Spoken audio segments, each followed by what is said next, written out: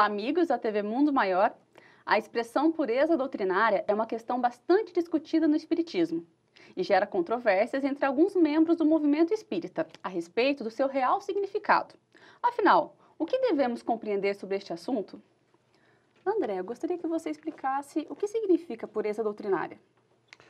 Um grupo de espíritas defendem que nós precisamos manter a pureza ao Pentateuco kardeciano.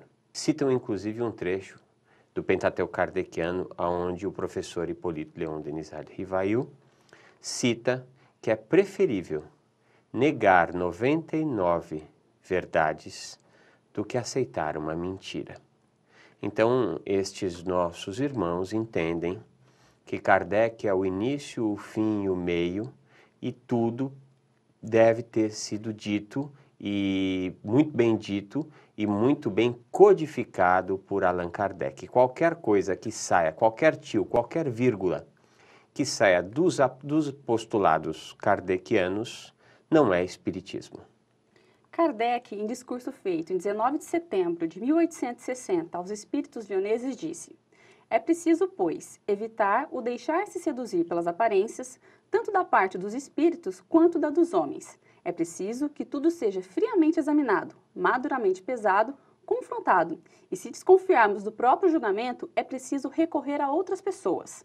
Você acha que a pureza doutrinária, nesses moldes preceituados por Kardec, pode impedir o progresso do espiritismo? De maneira nenhuma. Kardec está certíssimo no que disse. Inclusive, quando ele fala que é preferível negar 99 verdades do que aceitar uma mentira. Só que o que nós não podemos fazer é impedir as pessoas de pensarem, de dizerem a sua opinião. E o bom senso comum fazer o homem do século XXI já tem condições de saber aquilo que é verdade, aquilo que ele não aceita, né? Confrontar. Nós precisamos dar o direito das pessoas se expressarem. Qual que é o trabalho que Kardec fez? Ele aproveitou-se do seu saber, indagou os espíritos dos grandes enigmas existenciais humanos, confrontando o conhecimento da ciência da época com as respostas vindas de vários médiuns e de vários espíritos, né? E a partir do cruzamento, né, destas respostas, ele então incorporava ao Pentateuco kardeciano. Então, em linhas gerais, para a gente dizer, olha, isso realmente foi atestado, isso é uma veracidade, isso precisa vir confrontado pela ciência, precisa vir confrontado por médiuns e vários espíritos. Aí a gente incorpora como uma verdade espírita, né? Nisso ele está absolutamente certo e é assim que as coisas devem ser. O que nós não podemos fazer é dizer isso pode, isso não pode, isso é correto, isso não é correto. Isso não cabe mais ao homem e à mulher do século XXI. Por que alguns espíritas defendem tanto a pureza doutrinária? Ora, esta, muito provavelmente, é a primeira encarnação nossa como espíritas, né? Provavelmente muitos de nós fomos muitas vezes de outras religiões, né? Alguns tantos dos dirigentes espíritas podem ter sido ou os sacerdotes, os bispos da Igreja Católica Apostólica Romana, quiçá até alguns de nós fomos aqueles editores do Index Prohibitorum. O que era o Index Prohibitorum? A Igreja Católica Apostólica Romana lançava uma obra em que ela dizia os livros que o crente católico não podia ler, né? Ou seja, nós mudamos a nossa roupagem física, professamos hoje a filosofia espírita, mas, em verdade, o nosso perispírito parece que ainda se reveste da túnica sacerdotal. Então, nós achamos que devemos dizer o que as pessoas devem ou não falar, devem ou não ler. Isso é perfeitamente compreensível. O espiritismo pode ser considerado uma doutrina que está em constante progresso?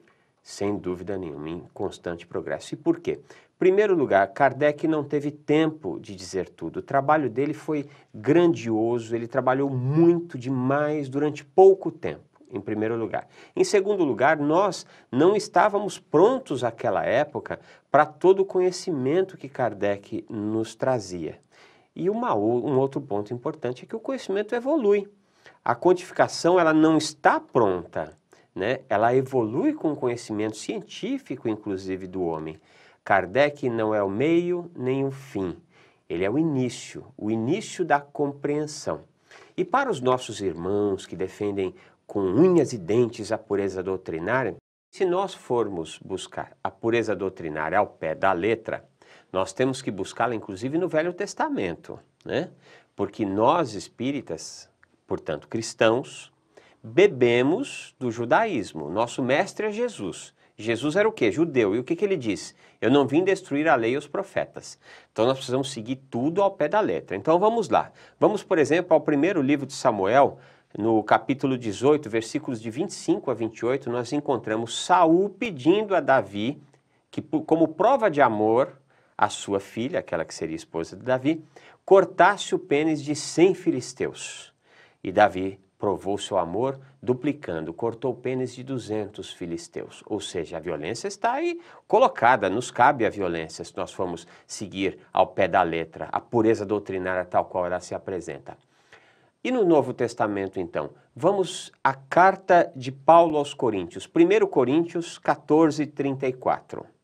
Capítulo 14, versículo 34, quando Paulo diz: as vossas mulheres estejam caladas nas igrejas, porque não lhes é permitido falar, mas estejam sujeitas como também ordena a lei. Ah, mas não, nós temos que seguir só o Pentateuco kardeciano, então tá bom. Então vamos ser na pureza doutrinária só do Pentateuco kardeciano e saibamos então que nós precisaremos achar os negros feios perto dos brancos. Porque em Obras Póstumas, no primeiro livro, capítulo 9, Allan Kardec fala da teoria da beleza e cita ali que os negros não são tão bonitos, não são tão belos quanto os brancos. Hoje, o ser pensante já vê que houve uma falha ali naquele trecho.